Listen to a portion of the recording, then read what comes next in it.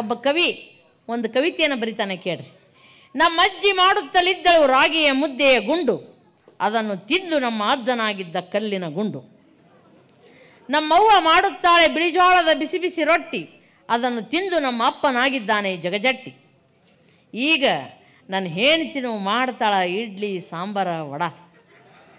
ಈಗ ನನ್ನ ಹೆಂಡ್ತಿನೂ ಮಾಡ್ತಾಳ ಇಡ್ಲಿ ಸಾಂಬಾರ ವಡ, ಅದನ್ನು ತಿಂದಾಗೇನು ಇವತ್ತು ನಾ ಖಾಲಿ ಪ್ಲಾಸ್ಟಿಕ್ ಕೊಡ ಮಾಡ್ರಪ್ಪ.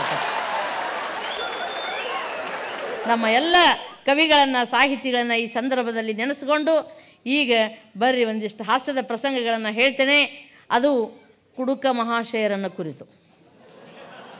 ಎಲ್ಲ ಕಡೆ ಕಾಣ ಸಿಗುವಂಥ ಮಹಾಶಯರವರು. ಅವರನ್ನು ನಮ್ಮ ರಿಚರ್ಡ್ ಲೂಯಿಸ್ ಅವರು ತೀರ್ಥಂಕರರು ಅಂತ ಕರೀತಿರ್ತಾರೆ. ತೀರ್ಥವನ್ನು ಸೇವಿಸುವ ತೀರ್ಥಂಕರರು. ಅದಕ್ಕೆ ನಿಮಗೆಲ್ಲ ಭಾಳ ನಮ್ಮ ಅಣ್ಣ ಬಸವಣ್ಣವರ ವಚನ ಭಾಳ ಚಿರಪರಿಚಿತ.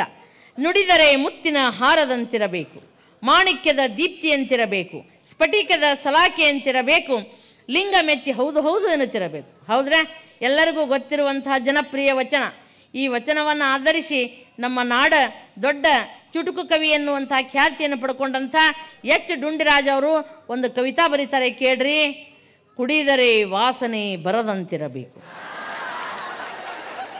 ಕುಡಿದರೆ ವಾಸನೆ ಬರದಂತಿರಬೇಕು, ಕುಡಿದರೆ ನಾಲಿಗೆ ತೊದಲದಂತಿರಬೇಕು, ಕುಡಿದರೆ ಮೆಟ್ಟಿಲು ಜಾರದಂತಿರಬೇಕು, ಕುಡಿದರೆ ಕಣ್ಣು ಕೆಂಪಾಗದಂತಿರಬೇಕು, ಕುಡಿದರೆ ಜೋಲಿ ಹೊಡೆಯದಂತಿರಬೇಕು, ಕುಡಿದರೆ ಸ್ವತಂತ್ರವಾಗಿ ಮನೆಗೆ ಹೋಗುವಂತಿರಬೇಕು, ಕುಡಿದರೆ ಸ್ವತಂತ್ರವಾಗಿ ನಿಮ್ಮ ಮನೆಗೇ ಹೋಗುವಂತಿರಬೇಕು. ಅದು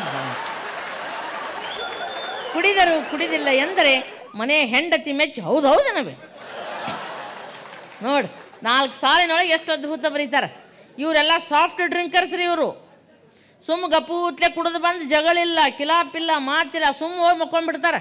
ಇವ್ರು ಭಾಳ ಚಲೋ ರೀ. ಇನ್ನೂ ಕೆಲವು ಮಂದಿ ಇರ್ತಾರೆ ರೀ, ಯಪ್ಪ ಎಲ್ಲಿ ತಿರುಗಾಡ್ತಾರೋ ಎಕಡೆ ಹೋಗ್ತಾರೋ ಗೊತ್ತೇ ಇಲ್ಲ. ಅವರು ಖಬರೇ ಇರಂಗಿಲ್ಲ ಮೈಯಾಗ. ಹಿಂಗೆ ಒಬ್ಬ ಮನಗಂಡ ಕುಡಿದ ಕಿಶಿಂದ ಕಂಟು ಮಠ ಕುಡಿದು ಹಳ್ಳಿಯಾಗ ಬಸ್ ಸ್ಟ್ಯಾಂಡ್ನಾಗ ಕೂತಿದ್ದೇನೆ ರೀ. ಎದ್ರಿಗೆ ಅಪ್ಪ ಮಗ ಹೊಂಟಿದ್ರು. ಯಾಕ್ರಿ ಎಲ್ಲಿ ಹೊಂಟ್ರಿ ಅಂದೇವ. ಇಲ್ಲಪ್ಪ ನಮ್ಮ ಮಗನಿಗೆ ಕೆಮ್ಮು ಹತ್ತದ, ಡಾಕ್ಟ್ರಿಗೆ ತೋರ್ಸಾಕೆ ಹೊಂಟಿವಿ. ಹುಚ್ಚುಗಳೇ ಕೆಮ್ಮು ಹತ್ತಿರ ದವಾಖಾನೆ ತೋರಿಸ್ತೀರೇನು? ಹೋರಿ ಬ್ರ್ಯಾಂಡಿ ಅಂಗಡಿಗೆ ಹೋರಿ, ಸರಿ ಅಂಗಡಿಗೆ ಹೋರಿ, ಸರಿ ಕುಡ್ರಿ. ಹಾಂ ಸರಿ ಕುಡಿದು ಕೆಮ್ಮು ಹೋಗ್ತದ ಅಂದ್ರೆ ಇವರು. ಯಾಕೆ ಹೋಗಂಗಿಲ್ಲ ಹುಚ್ಚುಗಳೇ? ನಾ ಸರಿ ಕುಡಿಯೋದ್ರಿಂದ ನನ್ನ ಹೊಲ ಹೋಯ್ತು, ನನ್ನ ಮನೆ ಹೋಯ್ತು, ನನ್ನ ಗದ್ದೆ ಹೋಯ್ತು, ಇನ್ನು ಕೆಮ್ಮು ಹೋಗಲ್ಲ ಅಂತ ನೋಡ್ರಿ. ಅವು ನೋಡ್ರಿ ಅವ್ರು ಅಲ್ಲೇ ಕೂತ್ಬಿಟ್ಟಿರ್ತಾರೆ. ಅವರು ಯಾಕ ರಾಜ ರಾಣಿ ನಿನ್ನ ಕೈಯೊಳಗೆ ತಡ್ಕೋತ ಹಿಡಿಮಣ್ಣು ನಿಮ್ಮ ಹೆಂಡತಿ ಮಕ್ಕಳ ಬಾಯೊಳಗೆ ಆಗಿಬಿಡ್ತದ ಪರಿಸ್ಥಿತಿ. ನಮ್ಮ ಬಸವರಾಜರು ಶಾಲೆಗಿನ ಜೋಕ್ಸ್ ಭಾಳ ಹೇಳಿದ್ರು. ಶಾಲೆಗೆ ಭಾಳ ಜೋಕ್ಸ್ ಇರ್ತಾವ್ರಿ. ಹಿಂಗೆ ಹಳ್ಳಿಯಾಗ ಮುತ್ಯ ಮೊಮ್ಮಗ ಅಂಗಳದಾಗ ಆಡ್ಕೋತ ಕೂತಿದ್ರು. ಮೊಮ್ಮಗ ಅಂದೆ ಮುತ್ಯ ಹೋಗೋ ಒಳಗೆ ಹೋಗಿ ನೀವು ಡಕ್ಕೋ ಹೋಗಂದವ. ತಣ್ಣ ಗಾಳಿ ಕೂತೀನಿ, ನಾ ಯಾಕೆ ಹೋಲಿ ತಮ್ಮ ಅಂದ. ಹೋಗೋಯಪ್ಪ ಒಳಗೆ ಹೋಗಿ ಡಕ್ಕೋ ಹೋಗಂದ. ಯಾಕೆ? ನಮ್ಮ ಶಾಲೆ ಮಾಸ್ತರ್ ಬರ್ಲಾಕತ್ತಾರೆ ಹೋಗಂದ.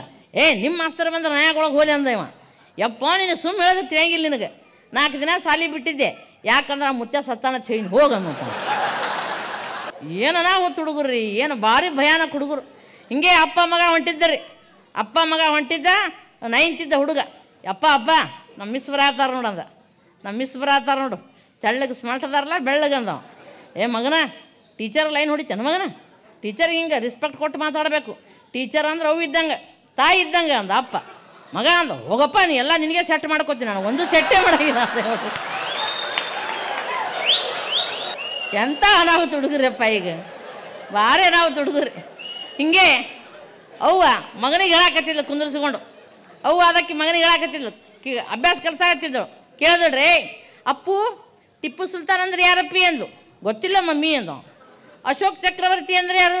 ಗೊತ್ತಿಲ್ಲ ಮಮ್ಮಿ. ಹೋಗ್ಲಿ ಬಿಡೋ ಕಿತ್ತೂರು ಚೆನ್ನಮ್ಮ ಅಂದ್ರೆ ಯಾರು? ಗೊತ್ತಿಲ್ಲ ಮಮ್ಮಿ ಅಂದ. ನೀ ಇತಿಹಾಸದೊಳಗೆ ಭಾಳ ದೊಡ್ಡದಿ, ಅಭ್ಯಾಸ ಕಡೆ ಲಕ್ಷ್ಯ ಕೊಡು ಅಂದ್ಲವ್ವ. 8 ದಿನ ಆಗಿದ್ದಿಲ್ಲ ಬಂದ ಹೊರಗಿನಿಂದ ಮಗ. ಯವ್ವ ಭಾವನಾ ಆಂಟಿ ಗೊತ್ತದನ ಅಂದ. ಗೊತ್ತಿಲ್ಲಪ್ಪ ಅಂದ್ಲಕ್ಕೆ. ಹೋಗ್ಲಿ ಸ್ನೇಹ ಆಂಟಿ ಗೊತ್ತದನು? ಇಲ್ಲಪ್ಪ ಅಂದ್ಲು. ಹೋಗ್ಲಿ ಆ ಮಂಜುಳಾ ಆಂಟಿ ಗೊತ್ತ? ಇಲ್ಲಪ್ಪ ಅಂದ್ಲು. ನೀ ಬರೇ ಧಾರಾವಾಹಿ ನೋಡ್ಕೊತ ಕುಂದಿರ್ತಿದ್ದಿ, ಆ ಅಪ್ಪನ ಕಡೆ ಸ್ವಲ್ಪ ಲಕ್ಷ್ಯ ಕೊಡು ಅಂದೆ.